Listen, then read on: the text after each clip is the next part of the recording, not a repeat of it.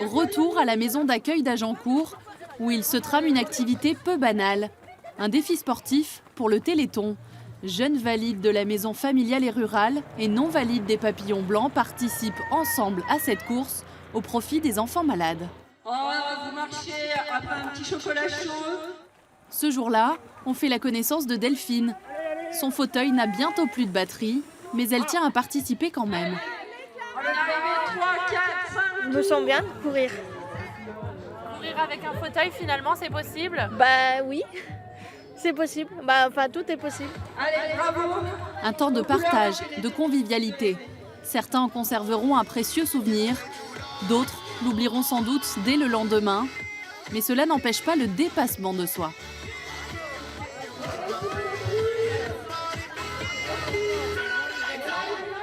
De loin, Evelyne veille au grain. L'AMP historique de la résidence n'a pas pu quitter son unité de la journée. Une journée toujours très dense, démarrée 5 heures plus tôt.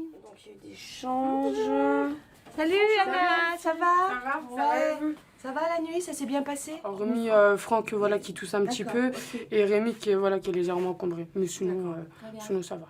Tout va bien. Super. Et bonne journée à vous, mesdames. Bonne nuit à toi. Merci. Bonjour Francky. Franck n'est pas un résident comme les autres. Un petit peu dormi. Ah non, il est réveillé. Il n'est pas handicapé de naissance. Ça fait 3 choses. Se lever, aller aux toilettes, prendre la douche. Exactement. Après une mauvaise chute à vélo à l'âge de 9 ans, Franck a perdu ses fonctions cognitives. Un traumatisme crânien lourd qui laisse également des séquelles physiques. Les AMP doivent constamment le stimuler. On met le parfum? Tu veux du parfum? Ouais. C'est physique, c'est intensif. C'est vrai qu'on ne voit pas la journée passer. Voilà. Mais je ne vous cache pas qu'une fois qu'on a terminé, moi, quand je rentre chez moi, je suis lessivée. Allez, on y va. Les soins et l'assistance s'adaptent à chaque réveil, à chaque repas. Et la difficulté d'une AMP tous les jours reste la même. Il faut sans cesse s'occuper les résidents, s'en occuper, sans pour autant les traiter comme des enfants.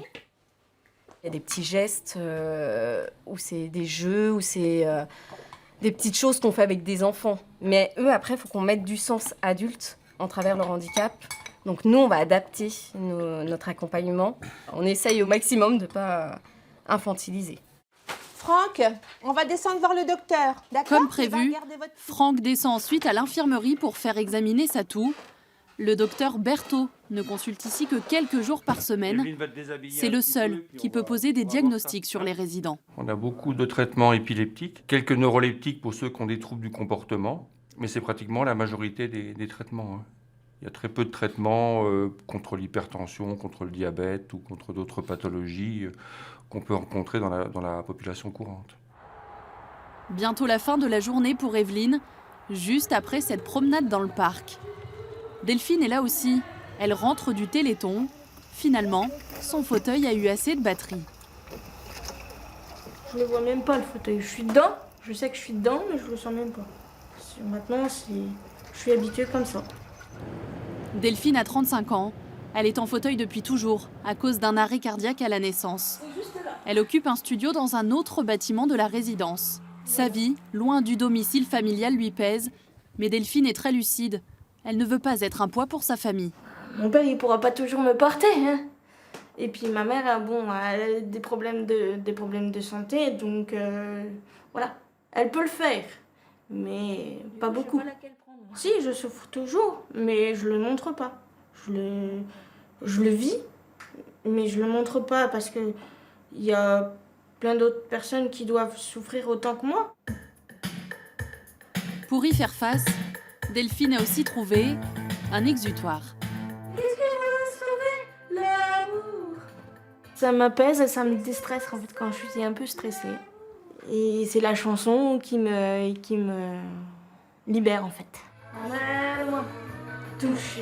Quelques moments de musique quotidien. Au papillon blanc, chacun a son sésame pour se donner des ailes.